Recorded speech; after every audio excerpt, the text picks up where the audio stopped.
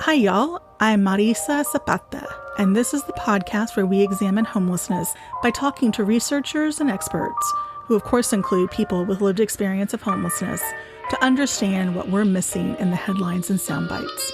In each episode, we will help clear up misconceptions about homelessness and to answer what it would take to prevent and end homelessness in Portland and beyond. Who am I? I'm an associate professor of land use planning at Portland State University and director of PSU's Homelessness Research and Action Collaborative, a research center dedicated to reducing and preventing homelessness, where we lift up the experiences and perspectives of people of color.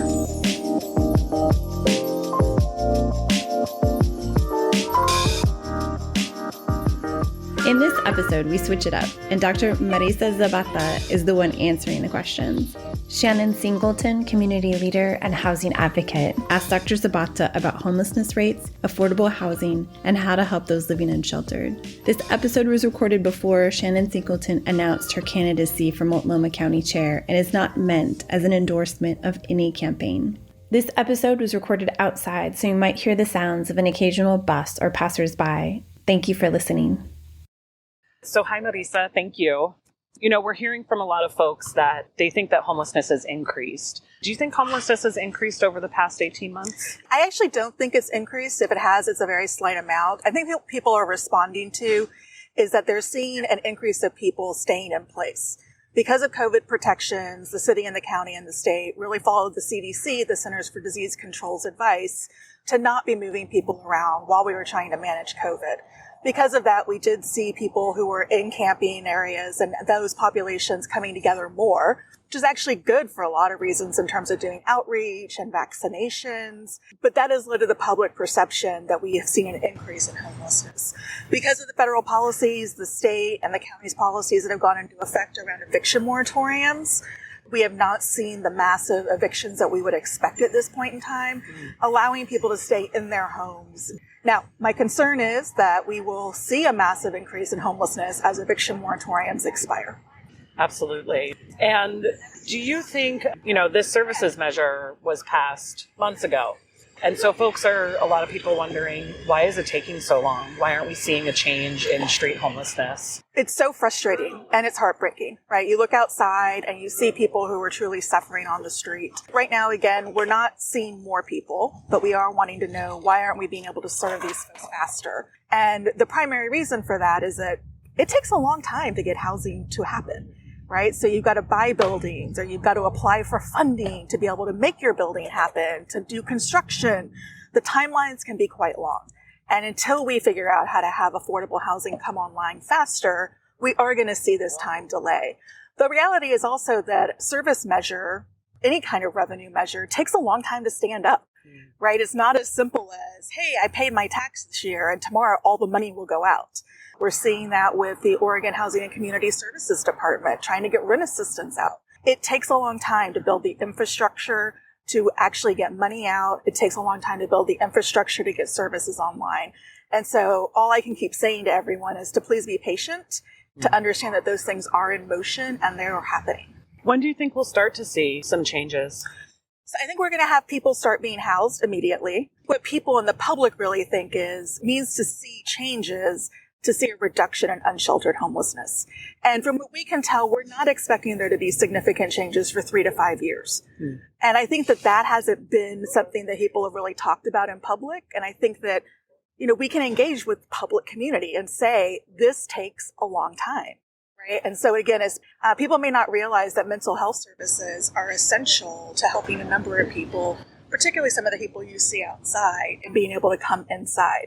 We have a serious shortage of mental health professionals in this state. And unless we are able to create a better pipeline, this is going to take a long time to actually happen. This is especially acute for people of color.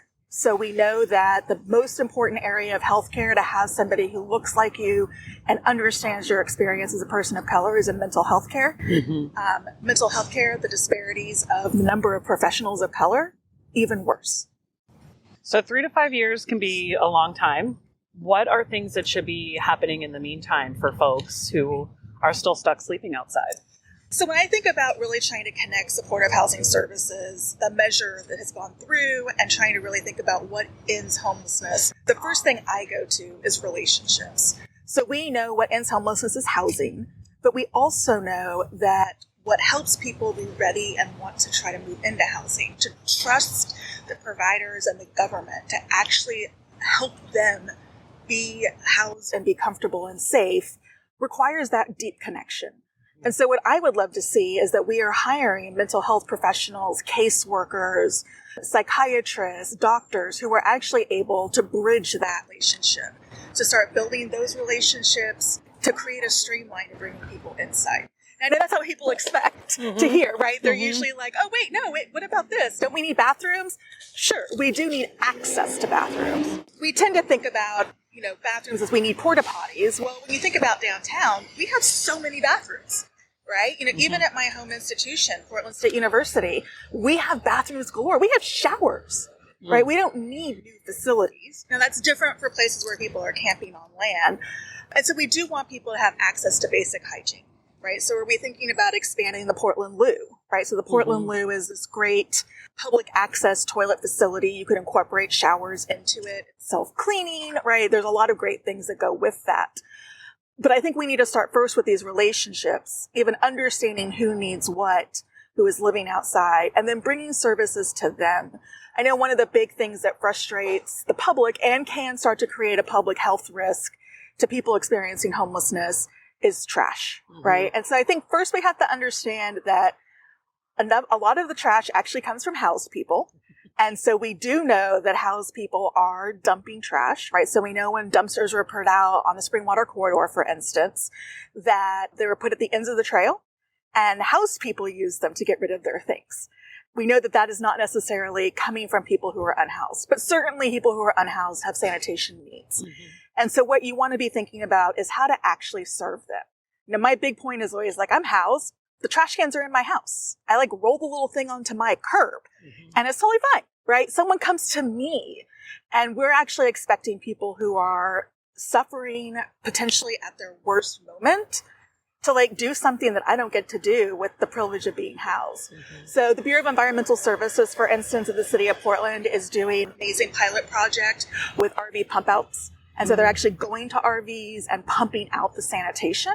So there are a number of things that I think are what we would consider low-hanging fruit that will be time-consuming and costly, but would provide the humanitarian support that I think we're interested in.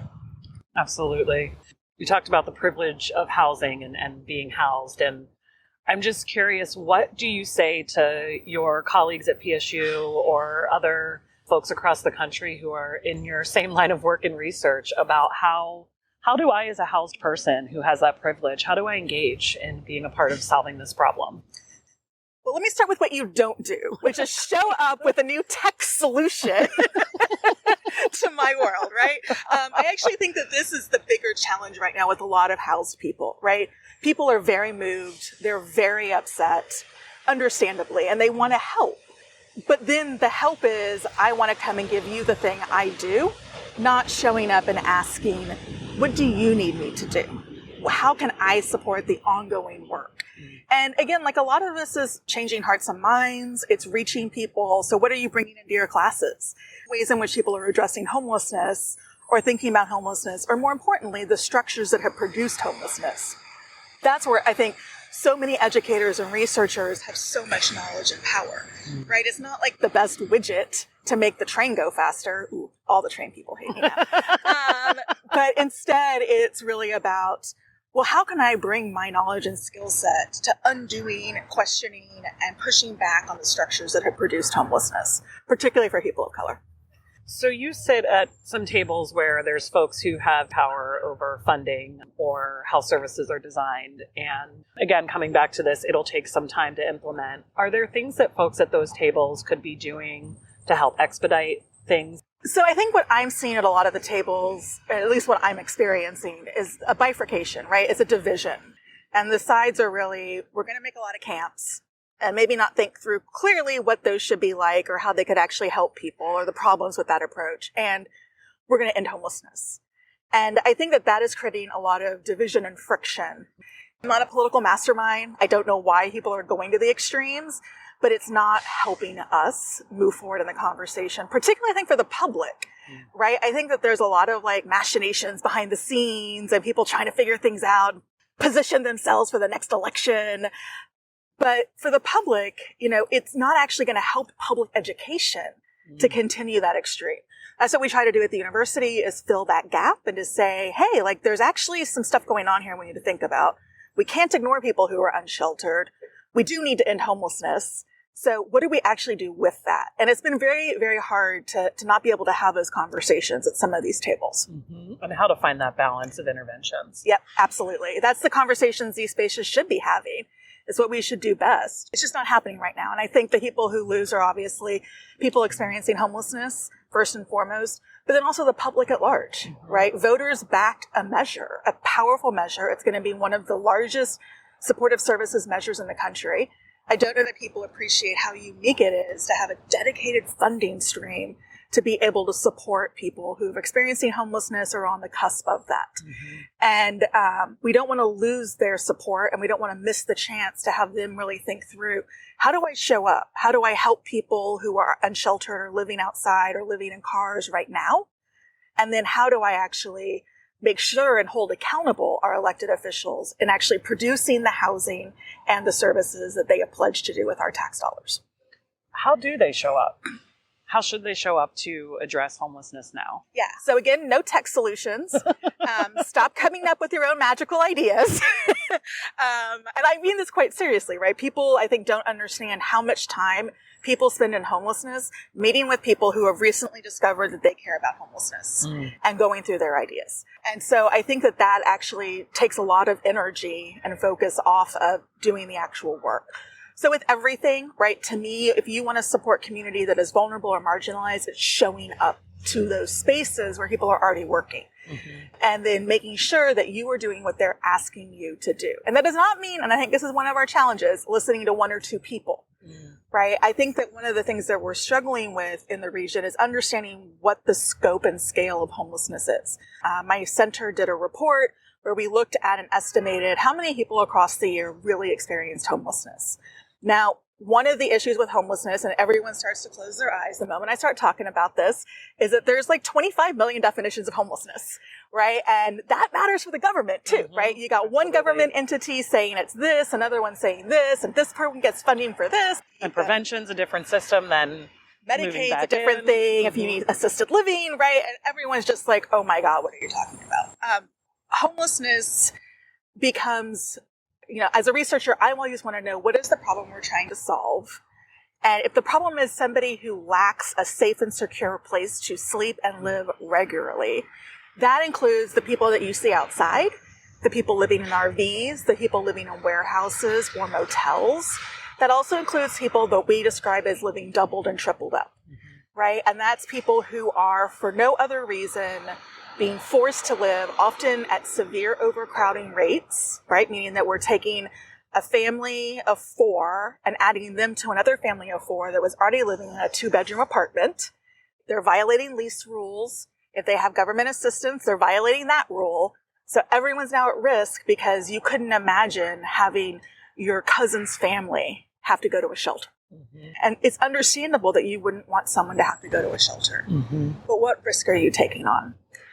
Well, and in some communities, and I think probably most communities of color, the idea of you not taking somebody in, whether an auntie, a cousin, or some sort of distant relation or a friend of your mother's who happens to live in town, that's not really an acceptable answer to not take somebody in. Absolutely. Can you talk more about the hidden homelessness, the folks we don't see out on the street, and who we think they are, and really who is that impacting the most? First and foremost, when you talk to people who are people of color, people working in communities of color, it's like you said, right? To us, it's a little more foreign to imagine not trying to take someone in. And I think I don't want to ever set it up as like white people are heartless and people of color have more love and compassion, right? It's, again, just different, what I describe as survival mechanisms, right? We have different ways of thinking about what survival looks like and means. And I will talk to Latinos and African Americans who are like, oh, wait, like that friend of a friend's cousin who slept on my couch for a year was homeless? Yeah, they were. But again, there's also stigma amongst households that they don't want to be labeled as, quote, homeless in communities of color. And so they may not identify that way. But we know when we talk to providers of color and people of color that homelessness is more disparate, and where you really start to see the intense disparities are within communities of color living doubled up. And I want to just be clear, across the nation, African Americans, Black people, 13% of the population. Black people represent 40% of people experiencing homelessness. And that is on the very narrow definition that does not include doubled up. When we start to think about including doubled up, the people who can't be seen, we're really thinking about a magnitude of scale so much larger. So in our study, we looked at estimating and taking the doubled up estimate. That's the school's estimate. We took the school's number and these other numbers. And when we looked across the 3 counties for the Tri-County area, we estimated that about 5,500 people lived unsheltered across the year. So at some point in time, they were unsheltered. When we added in the schools and the children and the families for the doubled up count, we were much closer to 40,000 people. And so, at some level, that gives a lot of people like, oh my God. The scale is so big. Yeah. And I think we also have to be prepared for that mentally, right? Mm-hmm. We've got a lot of great revenue measures. They will help. But at the end of the day, we've got a much larger population than we're ready to really understand. So how do we solve homelessness? Can we? I absolutely believe we can solve homelessness, right? I mean, there might be some people who have a hard time living inside. And I think that we also have to think about the fact that the longer that we leave people outside, the harder it is to bring them inside. And so we're thinking about this in a very long time frame. The one thing that solves homelessness, and it always seems very flip, is in fact housing. Right? I always like to be like, it's in the definition, y'all, like the word homelessness, home. So yes, housing is going to be what fundamentally provides an end to homelessness. And of course, it's not as simple as just saying, build a little thing and it'll be fine, right? Particularly for people who've been outside, we're looking at people who've experienced trauma, certainly from living outside, people who need health care, people who need to feel like they're not going to get kicked out of their housing next week.